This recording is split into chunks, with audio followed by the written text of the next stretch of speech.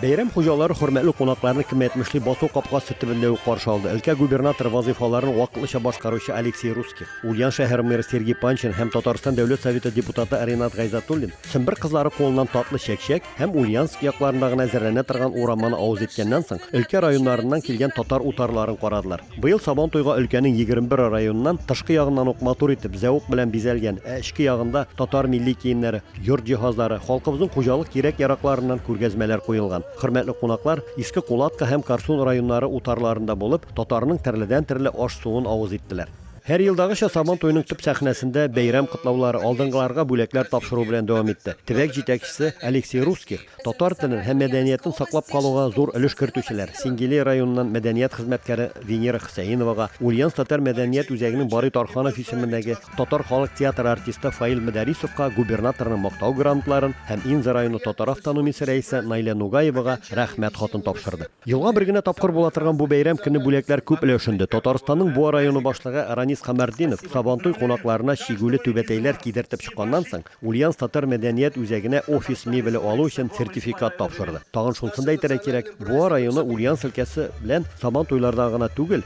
ел дәвамында мәгариф һәм мәдәният тармагында хезмәттәшлек итә. Бергәләп ай саен диярлек төрле чаралар уздыралар, уртак проектларда катнашалар. Сабантуйның тантана өлеше барган арада бәйрәм мәйданчыкларында халык уеннары, балалар арасында көрәш, ат чабышлары да башланган иде инде. Сабантуйда әле беренче тапкыр гына катнашучы губернатор вазифаларын башкаручы Алексей Русских та татарның чүлмәк вату уенында җитезлеген һәм осталыгын сынап карады.